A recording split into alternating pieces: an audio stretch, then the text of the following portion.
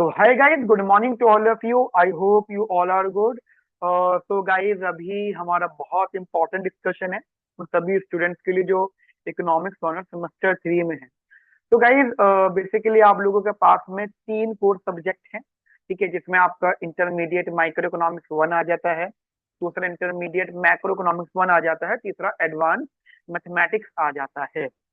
तो गाइस तीनों की क्लासेस हमारे पास अवेलेबल है, लेकिन उसमें से एक सबसे अच्छी बात आप लोगों के लिए सबके लिए है कि जो हमारा इंटरमीडिएट मैक्रो इकोनॉमिक्स है वो 100% फ्री है।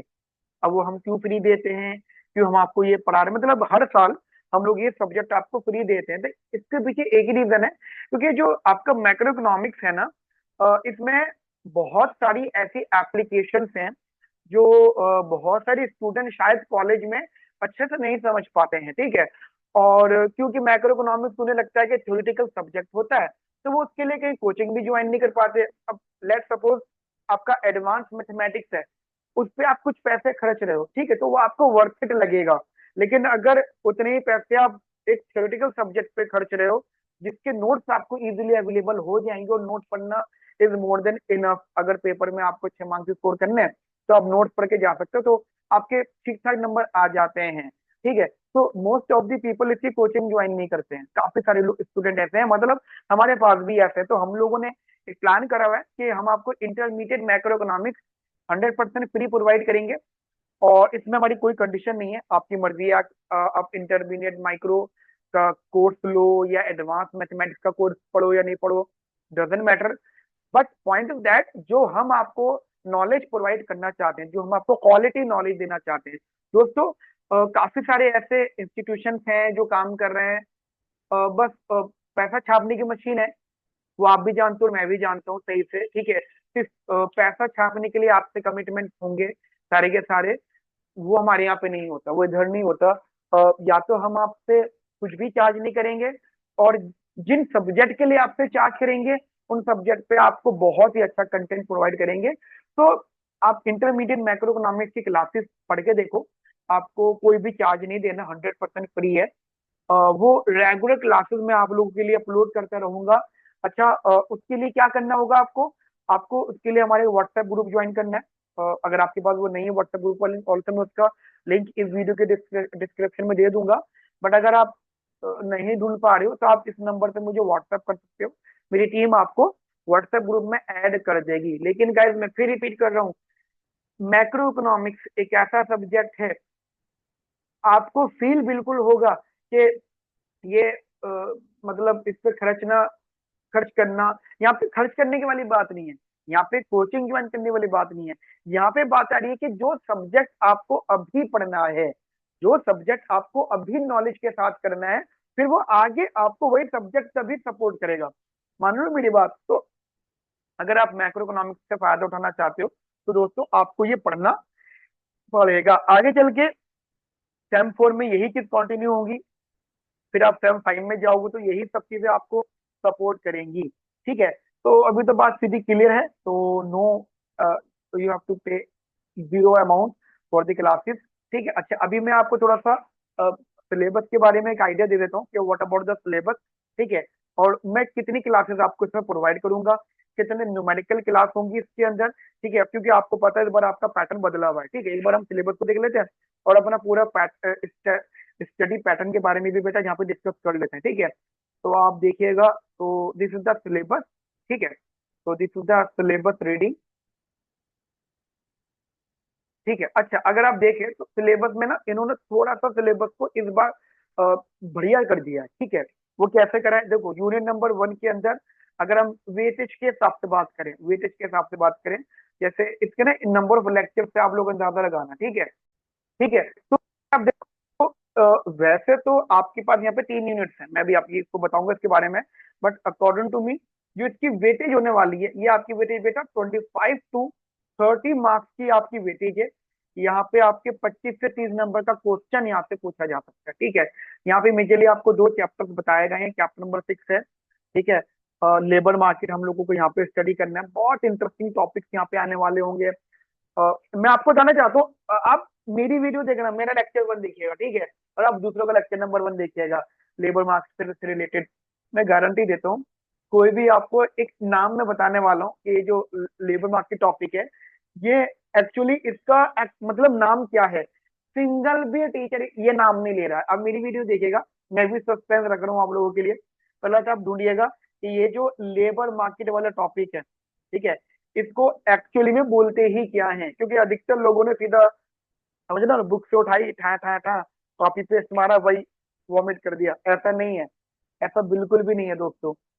बहुत रिसर्च के साथ पढ़ा रहा हूँ मैं आपको, बहुत रिसर्च करी है, क्योंकि मैंने यूपीएससी पे बहुत काम कर रखा है, तो वही नॉलेज हमें यहाँ पे भी डिलीवर मैं आप लोगों को करूंगा, ठीक है।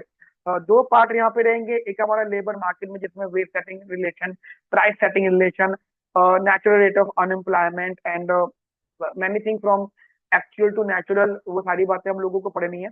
यहाँ से आपका एक क्वेश्चन डेफिनेटली बनेगा, और मजे की बात है, जो चीज मैंने बता दी उतना ही आपको पढ़ना है। यहाँ से थोड़ा इंपॉर्टेंट होगा, ये आपको एग्रीगेट सप्लाई की डेरिवेशन की बात करेगा। What about the aggregate supply, ठीक है, तो ये आपसे वो बातें करेंगे। तो this is the entire part जो आपको यहाँ पे डिस्कस करना है। दोनों को मिला के आपको 25 से 30 नंबर का क्वेश्चन जाएंगे, मतलब मिनिमम 2 क्वेश्चन आप मान के चलो, ठीक है, 2 क्वेश्चन। अच्छा, इसमें 3 पार्ट आपके बने हुए, वो भी आपको बताऊंगा, ठीक है, वो तीनों पार्ट किस प्रकार है। उसके बाद बेटा हमारा यूनिट नंबर 2 है, that is also the 30 marks. इसकी मिनिमम 30 मार्क्स की वेटेज है, क्योंकि आप नंबर ऑफ लेक्चर्स देख सकते हैं, ठीक है। टोटल 35 लेक्चर्स में आपका सिलेबस खत्म किया, तो उसमें 15 लेक्चर्स उसमें इसी के हैं, तो 30 मार्क्स की इसकी वेटेज है। अगर कुछ भी चीज यहाँ से कम होगी तो वो यूनिट नंबर 2 से मिल जाएगी। यहाँ पे आपको मेजरली फिलिप्स कर्व के बारे में बात करनी है, ठीक है। इसमें चैप्टर नंबर 8 एंड 9, और उन्होंने पेज नंबर बता दिया, चैप्टर नंबर 14 और पेज नंबर उन्होंने यहाँ पे बता दिए, ठीक है। And after that Phillips curve पढ़ लिया। उसके बाद में आपको एक्सपेक्टेशन थ्योरी के बारे में स्टडी करना है, दैट इज रॉबर्ट लुकास की थ्योरी।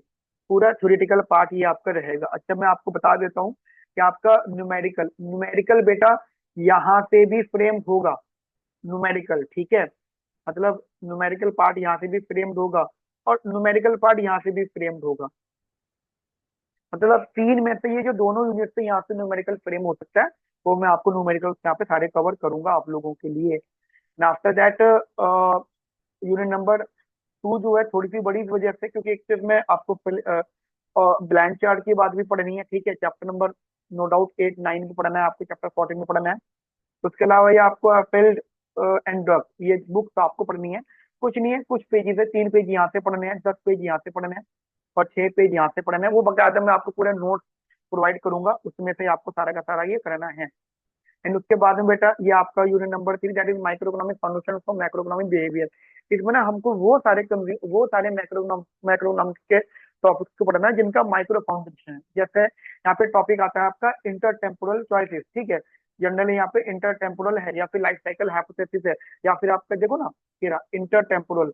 अभी जो टॉपिक है इंटर टेम्पोरल, इसका कनेक्शन फिर माइक्रो इकोनॉमिक्स से।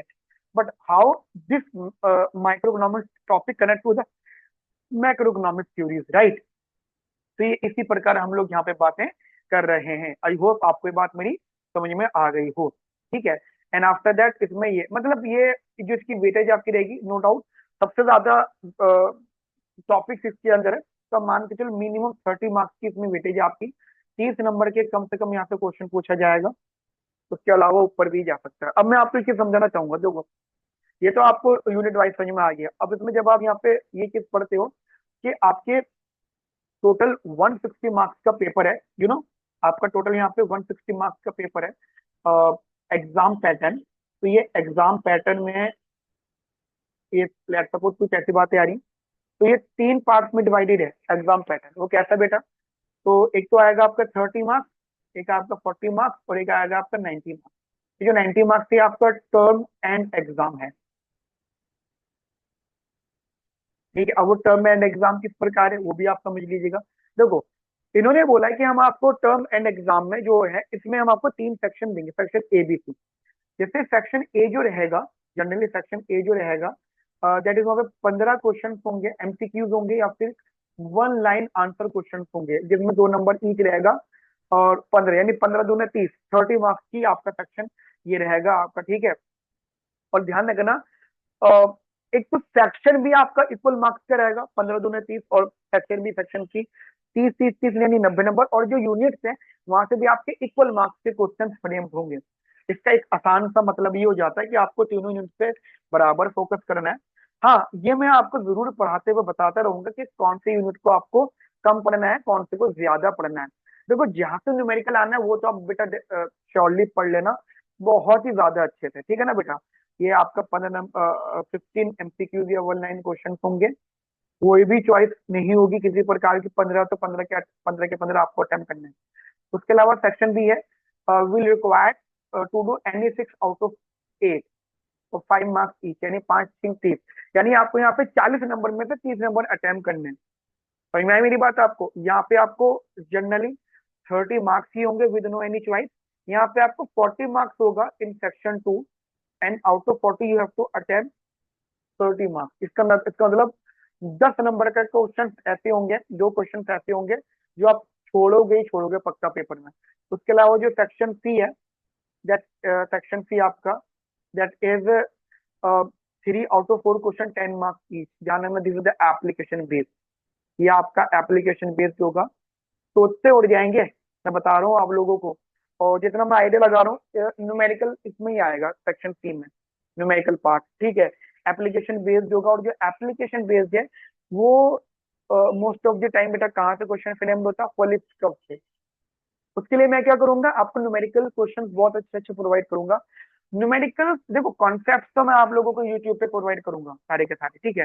जो न्यूमेरिकल्स हैं वो मैं आप लोगों को बेटा पर्सनल जूम सेशंस में करवाऊंगा। आई होप ये बात मेरी आपको समझ में आ गई हो जो मैं आपको यहाँ पे बता रहा हूँ, ठीक है। तो सेक्शन 2 और सेक्शन 3, ठीक है। तो ये इस प्रकार तीन, यानी 8 में से 6 करना, 4 में से 3 करना। तो आपके पास जो 3 सेक्शन यहाँ पे फ्रेम्ड हुआ, 3 section, section A B C, section A, section B, section C, ठीक है।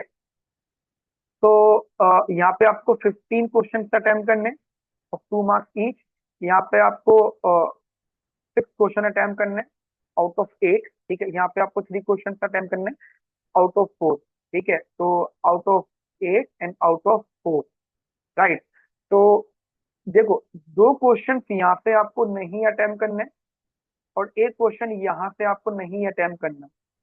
तो 3 क्वेश्चन आपको अटेम्प्ट नहीं करने। तो देर इज अ चांस कि वो क्वेश्चन कहाँ से फ्रेम हो जाए।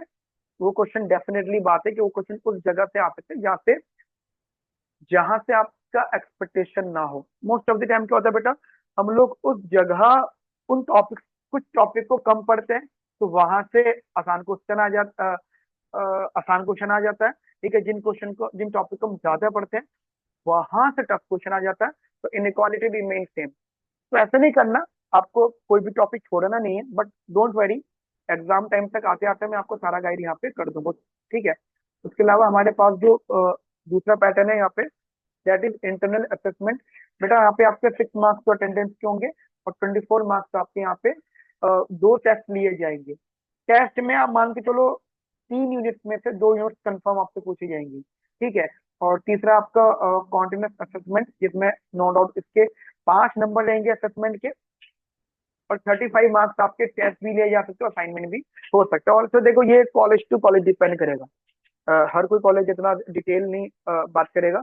वो अपनी मर्जी से आपको सरप्राइज टेस्ट रख देंगे, तो उसपे आपको घबराना नहीं है, टेंशन नहीं लेनी है, ठीक है। बस आपको को करना यही है कि रेगुलर पढ़ते रहना है। मैं जैसे जैसे आपको कंटेंट देता रहूंगा, आपको वैसे पढ़ते रहना है। उसके अलावा कोई भी डिस्कशन अगर आपको करना है, तो आप बेटा हमसे यहाँ पे डिस्कस कर सकते हो ऑन दैट नंबर, ठीक है। अ, फिर हम इस प्रकार रहेंगे, और पैटर्न के नाम पे लेकिन मैं आपको कॉन्सेप्चुअल क्लासेस प्रोवाइड करूंगा, नो डाउट, ठीक है। दूसरी बेटा मैं आपको यहाँ पे न्यूमेरिकल क्लासेस प्रोवाइड करूंगा, ठीक है। तो इसको थोड़ा सा आप दिमाग में रखना। तीसरा ना, मैं आपको कुछ एप्लीकेशन बेस्ड क्वेश्चंस करवाऊंगा, ठीक है। वो मैं आप लोगों को आपके साथ यहाँ पे डेफिनेटली करूंगा, ठीक है। तो ये सब चीजें हैं, आप थोड़ा माइंड में चीजों को रखिएगा। मिलते हैं नेक्स्ट सेशन में। अपना ध्यान रखिए, ख्याल रखिए। Have a nice day. Thank you, bye bye, take care.